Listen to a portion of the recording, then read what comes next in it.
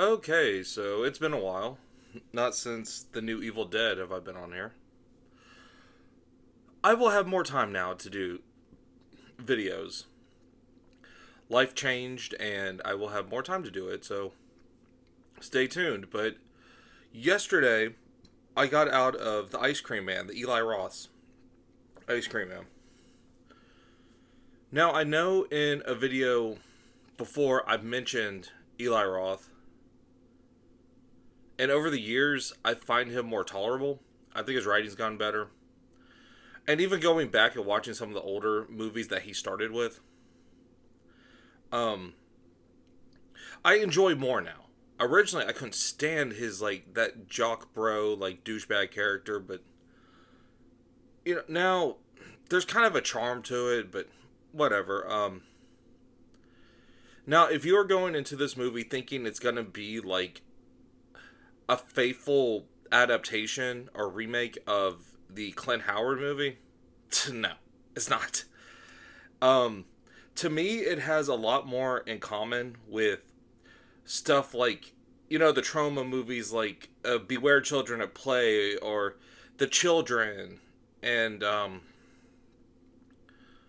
I hesitate to say Children of the Corn because there is a subplot that's kind of similar, but very loosely similar.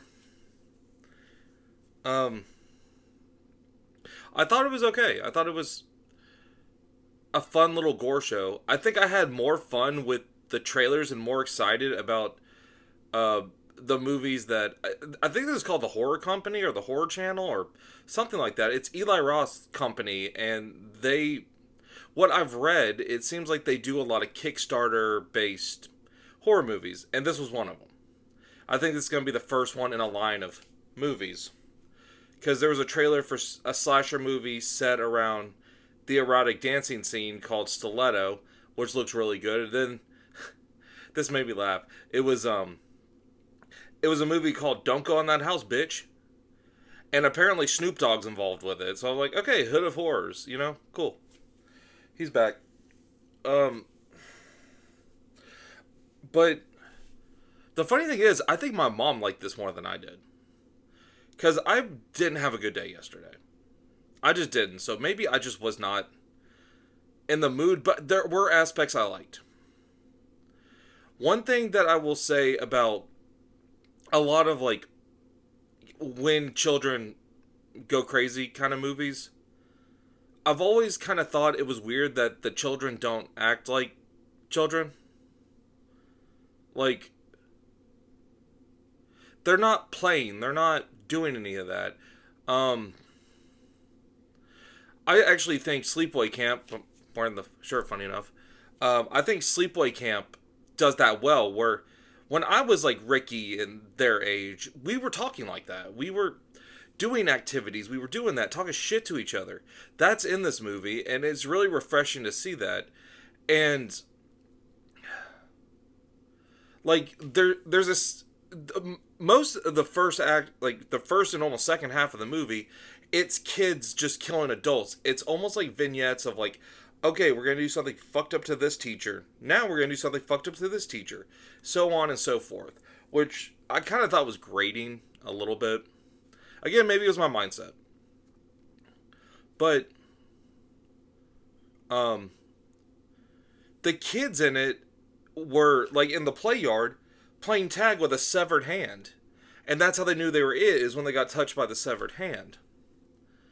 And there's scenes of like kids throwing bricks off the roof and busting heads.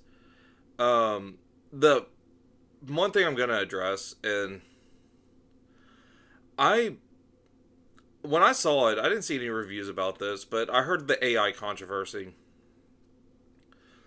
I can see why people are complaining about it, but that does not take from the overall practical effects of the movie. To me, the AI kind of reminds me of when CG was being used. Um, but it's not being taken over by practical. They're using it to enhance, like what CGI became later, and it was a lot more tolerable and a lot more feasible than using a whole effect just based around CGI. And with the scenes that they mentioned, I could tell something was off. Like, it was almost, because at this point we're conditioned to see like gore scenes with a little bit of sorry, my mom just said something. Um, with a little bit of CG, you're kind of conditioned to that. The AI really stuck out, and it's done in like little bitty segments, like very little runtime of the movie is dedicated to it. Because after a while, AI shits out. So, I know there was a T-shirt company that was doing like a T-shirt run of this movie, and then once they found out about the AI, they pulled out. Now going forward, I really hope this isn't used with the other movies, but I think it's going to. And I mean, I'm kind of on like with AI, I don't like it, but it's here to stay and it's not going anywhere. So just there's not much you can do about it. It was kind of like when I'd say, "Oh, well, fuck everything with CG." Well, CG has gotten to the point where it got better. Now, can I tell when there's a CGI shot? Yeah, it's not stupid, but it works well now with practical effects. They learned to enhance it. I think one of the first movies I saw do that properly was the Late to Rest movies. Those Robert Hill movies with Chrome Face or Chrome Skull, whatever his name is. I thought those, for the time, were very advanced for what they were doing. And I think a lot of this I think it has merit, but it's just not there yet. And I think instead of like bitching about it, maybe bitching about it will help. I don't know. But I just know the other two movies that were produced by Eli Roth's company are have a release date. So, I mean, they're in there. So, but again, that doesn't take away from the effects. The effects work is great. It is, you can tell it's unrated. The gore's good. The tone of it is, I mentioned Beware Children at Play earlier. It definitely reminds me of a trauma movie. To me, it was more of a trauma movie than the Toxic Avenger remake was. At the end of the day, because it's just, the movie knows exactly what it is. It's not trying to be anything special. It's just a showcase of, oh, let's watch children do fucked up shit. That's all it is. And if you go in with that mindset, don't think of the Clint Howard movie, because the little bit I did read beforehand, it really had nothing to do with it. So I didn't go in thinking it was going to be a remake of the Clint Howard movie. Because really, the John Waters looking ice cream man, I thought he looked like John Waters. He's very much almost not a character till the very end. Most like what you see in the trailer of him just handing out ice cream, that's really all he's doing. But then you find out why, and then he gets a little bit more backstory. But even that, I kind of felt like they added that in later because they're like, oh, we gotta put a backstory in, so let's just throw this shit in there. I like the ending. I mean, there's not a lot to talk about this movie because it is basically the first half is like just a gore reel, which I'm glad that these type of movies are back in theaters, because I was telling my mom like a few years ago this would have just been like VOD, and I think we could think a lot of that to Terrifier, even though I do think it's a good series. I think it's totally overhyped at this point. But I'm still seeing what they want to do with the fourth one, and I'm still excited about it. I saw 2 and 3 in theaters to support that because what they're doing for independent is so great. And this is just, it's a live action, it's not live action, but it's just a trauma movie. That's essentially what I got from it. I think the kids did okay. I mean, kid actors, it's a really hard fit. But there is this like line where they meet up with somebody that's explaining some backstory to the character, and they have this like funny back and forth where it's like, well, you can do this, but you can't do that. So then they're like, oh, so we just do this and that. Well, no, you can't do that either because you can't do that. And it worked very well. It was comedic. And again, I like the kids just talking shit to each other. That was entertaining to me because Sleepaway Camp, that is some of the best stuff. Like, eat shit and live, Bill. Like, that's my ringtone for when someone texts me. It's it's a hard movie to talk about just because there's not much to it, and then what they shove in later is kind of inconsequential to me. If they took that out, I don't really think the movie would have been any different.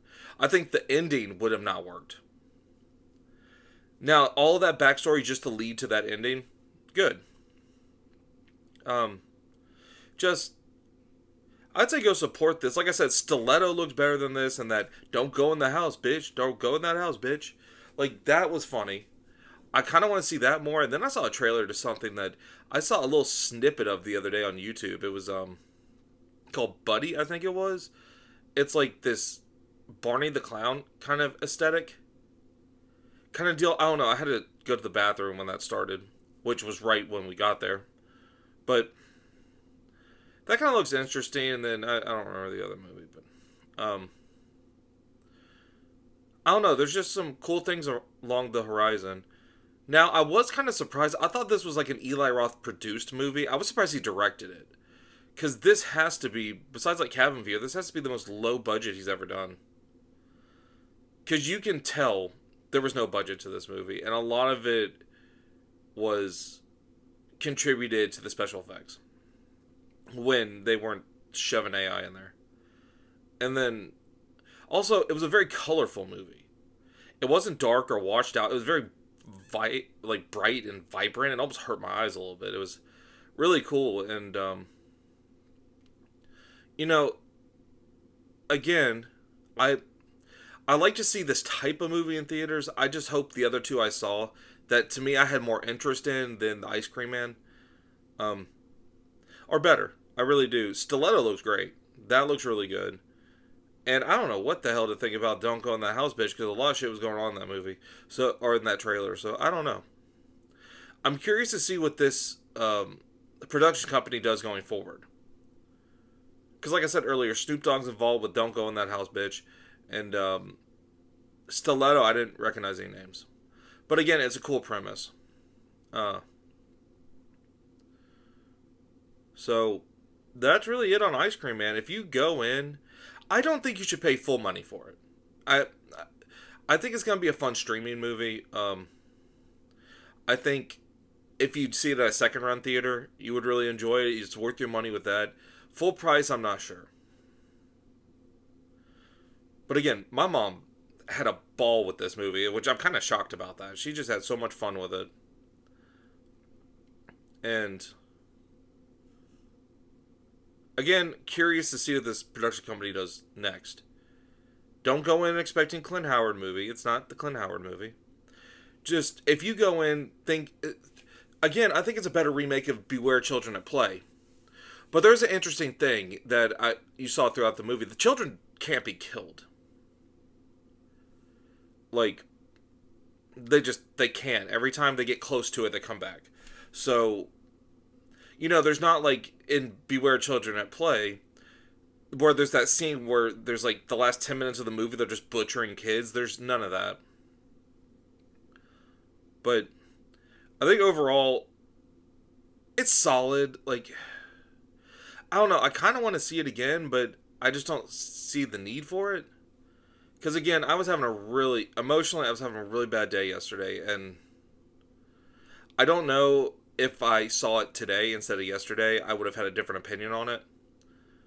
I think my bad mood and bad mindset kind of clouded this movie a little bit.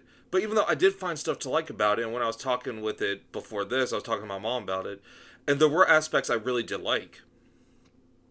So not all of it was a shitty experience, but I think the overall was kind of clouded by that. So take that for what you will. That was Ice Cream Man. Not much else to say about it, but go check it out if you want. Second run or streaming. I don't know. You might like. I can see people loving this movie, and if you like Eli Roth movies, you'll like this. It's not. I still think his best movie he's done is Thanksgiving. I think that really. I think he said in an interview if that was his last movie, he wanted to be his magnum opus, and you could totally tell with that. So keep that in mind. If you like Eli Roth, you might like it. All right, guys, that's it. hopefully I'll see you more this week. I got some plans to do some stuff with some friends. Try to get more content on the channel, kind of like what, just some stuff I'm floating around. I'm not really gonna talk about it. You'll see it when you see it. But until next time, see ya.